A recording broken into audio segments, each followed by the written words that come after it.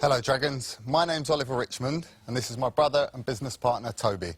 Together we run servicingstop.co.uk and we're here today pitching for a £100,000 investment for a 12.5% stake in our company. We have around 600 garages across the UK that carry out service, repairs and MOTs. Customers use us because we're affordable, convenient and because we have fixed transparent service costs. On average we're 30 to 50% cheaper than the main dealer and we're guaranteed to protect the manufacturer's warranty as well. We understand that in today's busy world, the average customer doesn't have the time to find and research a garage and then wait around all day while their car gets serviced.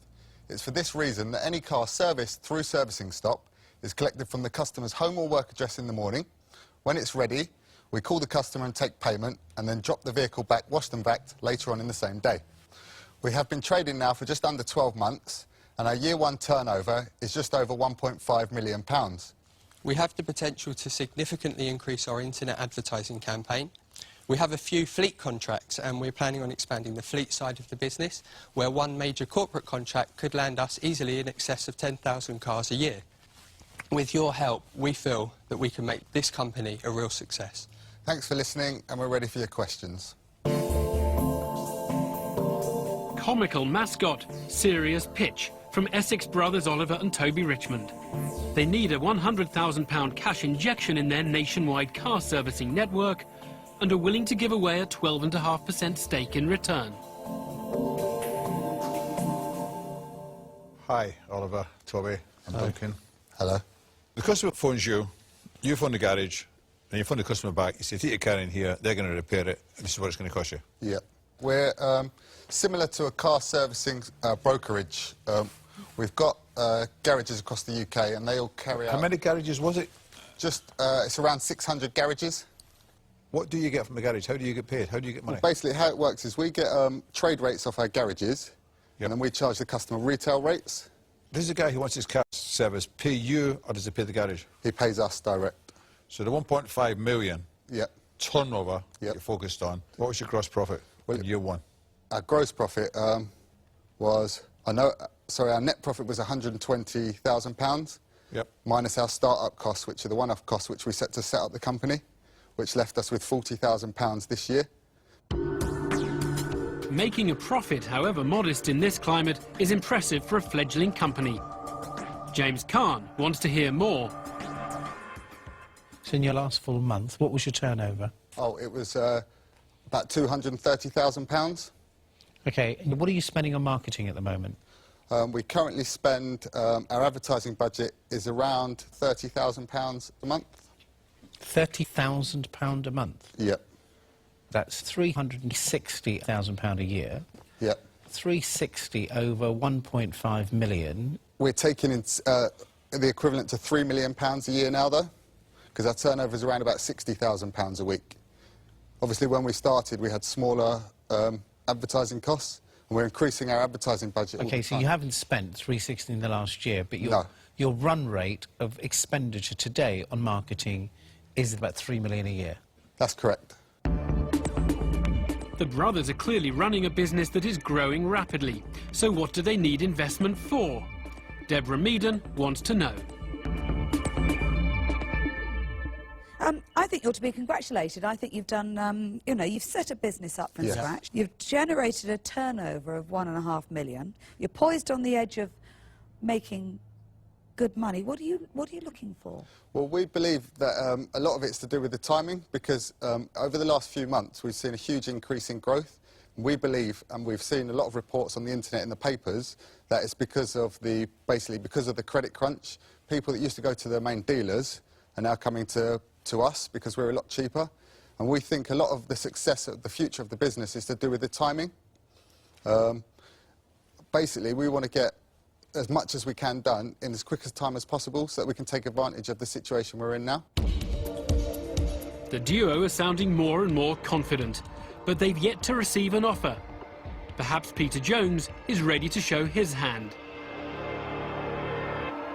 Who's the spanner? That's Vicky, Toby's wife. There is a reason to us bringing the spanner, just to show you some other promotional bits and pieces we do. We usually put our messages on the spanners. There's 2 of them. We send them to places giving out promotional materials. Okay. So it was just to show that we think outside the box as well. You've worked out how to dress somebody looking like a spanner. Yep. I think you could probably go because you must be boiling hot in there. And Yeah. thanks for coming anyway, Spanner. Thank you. So tell me a little bit about this business. How much money did you put in to start it up? We remortgaged our houses up. We put in £40,000 each. Okay. And what's the level of debt in the business at the moment? Zero. Is there any borrowings? Nope, nothing. And what's the bank balance at the moment looking like? You'd probably be looking about £40,000. What have you spent money on then? Because what I'm trying to work out is you put £80,000 in. Yeah. You've got £100,000 retained earnings from your first year of trading, of which you've only just finished. Yeah. And yet you've only got 40,000 left. Well, we worked it out. We made £40,000 net profit after we take the money back from that we put in to start the company up. So you worry me now that actually things aren't actually perhaps as rosy as they seem. You made a massive commitment to remortgage your house, and now, as the business is flourishing, you get your money out as quickly as possible out of the business and ask me to stump up £100,000. If I'm going to invest £100,000, Yeah. would you put your £80,000 straight back into the business? Yes. I'm going to make you an offer. Okay. I'll offer you the full amount, £100,000, for 35% of your business. Okay. And to make it competitive with the Dragons, I'm going to set my watch. I'm going to give you 4 minutes to make a decision. Okay. Peter Jones' unusual tactic has clearly annoyed his rivals. But how will they respond? Oliver, I'm out. Okay. I don't think I'm going to compete with that, so I'm afraid I'm out. Yeah. I'm a little concerned just because, what do you think? I mean, We've got two more dragons sitting in. You might want to find out what they want to do. Oh, sorry. Everyone was quiet. I thought it was Sorry, yeah. Can we... Well, guys, you need to take control of it. Somebody's making an offer for your business. The £80,000 that we've sort of taken back is also like living costs that we've used over the last year. OK, I'm going to make you an offer. Okay. So, yeah, I'm going to offer you the full £100,000 for 30% of the business. Okay. All talk of a deadline is overtaken by Deborah Meaden's better offer. Will James Caan now enter the fray?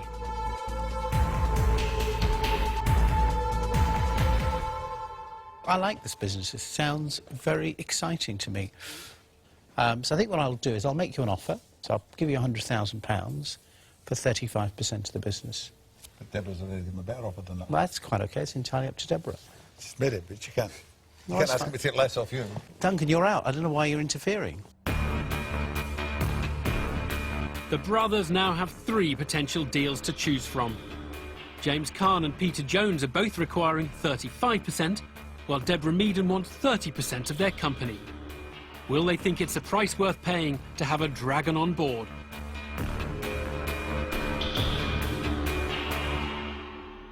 Okay.